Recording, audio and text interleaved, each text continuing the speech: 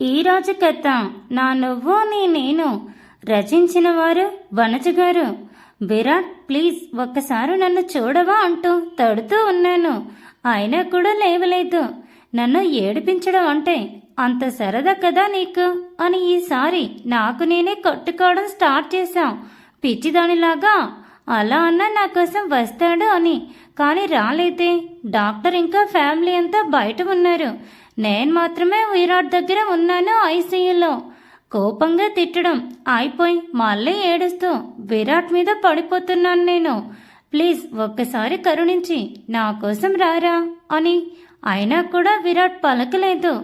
ఇంకా ఇలాగ కాదు, నన్ను వదిలేసి వెళ్ళిపోదామని ఫిక్స్ అయ్యావు కదా, నీకంటే ముందు నేను ఫిక్స్ అవుతాను, చూస్తూ ఉండు అని చెప్పి అక్కడ చేతికి దొరికిన ఫోర్సెప్స్ తీసుకొని విరాట్ దగ్గరికి వెళ్ళి చేతికి గుచ్చుకున్నాను.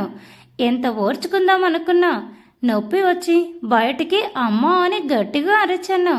నా అరచేతిలో దిగి రక్తం చుక్కలు విరాట్ అరచేతిలో పడుతున్నాయి. బయట నుండి అందరూ వచ్చి నా చేతిని పట్టుకున్నారు. రఘు సునీత అయితే ఏం మాట్లాడలేదు, ఒక పక్కన కూర్చున్నారు. కానీ విమల అత్తయ్య నా చేతుల్లో ఫోర్సెప్స్ తీసుకొని చెల్లుమని నా చెంప పగలగొట్టింది. అయినా నేను సైలెంట్గా విరాట్ ముఖంలోకి చూస్తుంటే నిజంగానే పిచ్చి పట్టిందే వసు నీకు. వాడలా ఉండి మమ్మల్ని ఏడిపిస్తుంటే నువ్వు నీ పిచ్చి చేష్టలతో ఇంకా మమ్మల్ని ఏడిపిస్తున్నావు కదే, బుద్ధుందా నీకు అంటూ ఇంకోటి కూడా పీకింది నన్ను. కానీ నేను విరాట్ ముఖం మీద నుండి కళ్ళసలు తిప్పనే లేదు. చూసావా విరాట్, నువ్వు లేవని మీ అమ్మ నన్ను కొడుతుంది. నువ్వు నా పక్కన లేకుంటే నన్ను సపోర్ట్ చేసేవాళ్ళు ఎవ్వరూ లేరు అని ఏడుస్తూ విరాట్ దగ్గరే ఉండిపోయాను. అందరూ పిలుస్తున్నా రాకుండా. డాక్టర్ ఇంకోసారి చూసి మెషిన్స్ వైపు నా వైపు చూస్తూ హార్ట్ బీట్ కొంచెం ఇంక్రీజ్ అయింది, కానీ పల్స్ అలాగే లోలో ఉంది అని చెప్పాడు. నేను అందరి వైపు చూసి పరిగెత్తుకుంటూ వెళ్ళి కత్తి తెచ్చుకుని పొట్టలో పొడి చేసుకుంటూ విరాట్ నీకోసం నేను కూడా చనిపోతున్నాను అని గట్టిగా అరిచాను. ఎవరికి నేను రియాక్ట్ అయ్యే ఛాన్స్ కూడా ఇవ్వలేదు. నా పొట్టకి 1/2 ఇంచ్ దూరంలో ఆపేశాను కత్తిని. ఎందుకంటే నాకు విరాట్ ఫాస్ట్గా శ్వాస తీసుకున్న శబ్దం వినపడింది. డాక్టర్స్ హడావుడి చేస్తూ ఉండగానే కళ్ళు తెరిచి అందరినీ చూశాడు విరాట్. నవ్వుతూ కూడా కన్నీళ్లు జారిపోయాయి నాకు. విరాట్ తలని 2 చేతుల్లోకి తీసుకుని ముద్దు పెట్టబోయేసరికి ఎవరు నువ్వు అని చాలా లోతుగా వచ్చింది విరాట్ వాయిస్.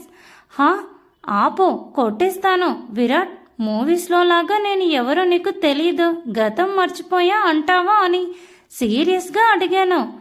నో మిస్ వసుధ, ఇతను నిజంగా గతం మర్చిపోయాడు, మీరెవరూ ఇతనికి గుర్తులేరు అని చెప్పాడు డాక్టర్. నాతో పాటు ఇంట్లో ఉండే వాళ్ళందరూ షాక్ అయిపోయారు.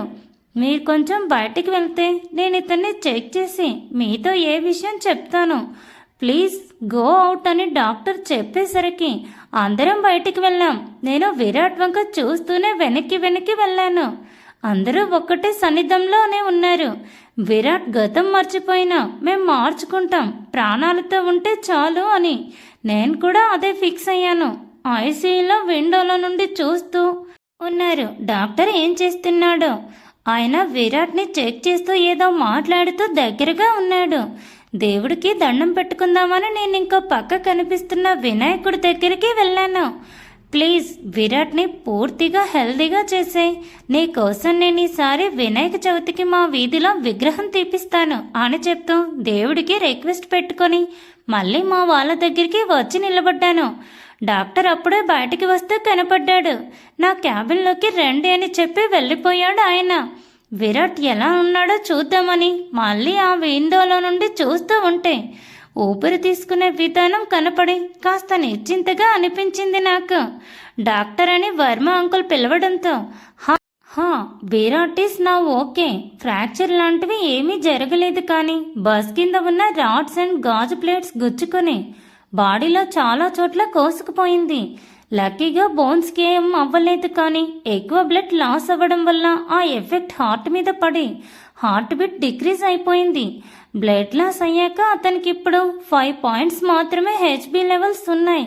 సో ఆ లేచిన చర్మం మళ్ళీ నార్మల్ అవ్వాలంటే మినిమం 1-2 మంత్స్ టైం పడుతుంది.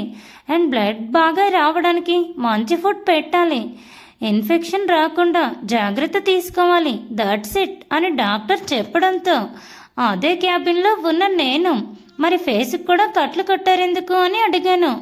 బుగ్గల మీద కూడా కోసుకుంది, అందుకే బ్యాండేజ్ వేశామమ్మా అని ఆయన అనగానే ఇంకేం ప్రాబ్లం లేదు కదా డాక్టర్ అని అడిగాను నేను మళ్ళీ.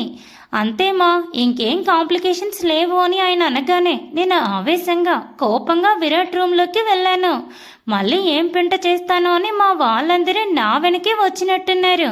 నాకు శబ్దం వినపడింది. విరాట్ దగ్గరికి వెళ్ళి ఫోన్ కాల్ చేసి, హలో వీరా, చాలా డేస్ కాదు ఇయర్స్ నుండి నువ్వు నన్ను లవ్ చేస్తున్నావు కదా, ఇప్పుడు నేనెవరో ఇక్కడ ఎవరికీ గుర్తులేదు, మనం పెళ్లి చేసుకుందాం ఓకేనా అని అడిగాను. ఏ పండు అని అరిచింది అమ్మ. ఏమమ్మా, నిజంగానే నేను గుర్తులేను కదా, ఇక్కడున్న వాళ్ళకి అసలు గుర్తు వస్తానో కూడా తెలీదు నాకు, అందుకే నన్ను లవ్ చేసేవాడిని పెళ్లి చేసుకుంటాను అని అంతే మొండిగా చెప్పాను నేను. చంపేస్తాను అన్న వాయిస్ చాలా లోగా వచ్చింది. అందరూ విరాట్ వంక చూశారు, ఒక్క నేను తప్ప. వసు అని పిలిచాడు విరాట్. అయినా సరే బెట్టుగా అటువైపు తిరిగి నిలబడ్డాను.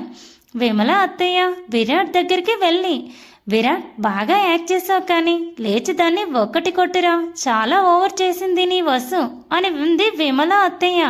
నేను అటువైపు తిరిగి కన్నీళ్లు కారిపోతున్నా తుడుచుకుంటూ, కొట్టండి, మీరు మీ అబ్బాయి కొడుతుంటే సైలెంట్గా ఉండటానికే కదా నేను ఉండేది అని నేను రోషంగా అంటూ ఉంటే, అది అలా ఉంటే మనం ఎందుకు సైలెంట్గా ఉండాలి విరాట్, నీకు ఈ వసు కంటే మంచి అమ్మాయిని చూద్దాంలే అంది విమల అత్తయ్య. అమ్మా, తల్లి కొడుకులు నాకు ఎంత ద్రోహం చేయాలని చూస్తున్నారు, అంతలేదు. ఎంగేజ్మెంట్ అయిపోయాక కూడా ఇంకో అమ్మాయిని వెతికి పెళ్లి చేస్తారా, నేను కాకుండా ఇంకో అమ్మాయిని విరాట్ పక్కన నిలబెట్టాలి అని చూస్తే ఏం చేస్తానో నాకే తెలీదు అని గట్టిగా అరిచి విరాట్ చేతిని పట్టుకొని అతని బెడ్ మీదనే కూర్చున్నాను. ఫ్యూచర్లో మన పాప అని విరాట్ అంటే నిన్ను అంటూ విరాట్ మీదకి వెళ్ళాను. ఏంటే బాగా ధైర్యం వచ్చేసిందా 2 రోజులకి అని విరాట్ అడగటంతో, నీకు కూడా బాగా ధైర్యం కదా, అందుకే అందరినీ బోల్తా కొట్టించావు, కానీ ఇక్కడ ఉంది పండు, పండు నువ్వు అంత ఈజీగా ఏమార్చలేవు. ఏంటమ్మా, నీకు గతం గుర్తులేదా, అందరినీ మర్చిపోయావా అని నేను అడిగితే, అవును, ఎవరు నువ్వు అన్నాడు విరాట్. కొట్టానంటే అంటూ ఏడుస్తూ అలాగే విరాట్ గుండె మీద తల ఉంచి పడుకున్నాను. అంత ఈజీగా ఈ పండు బారి నుండి తప్పించుకొని పారిపోలేవు mister Virat Varma, life long ఈ పండు నీ పక్కనే అని నేనంటే నీరసంగా నవ్వేశాడు Virat. Thanks for watching. Please subscribe my channel for more videos.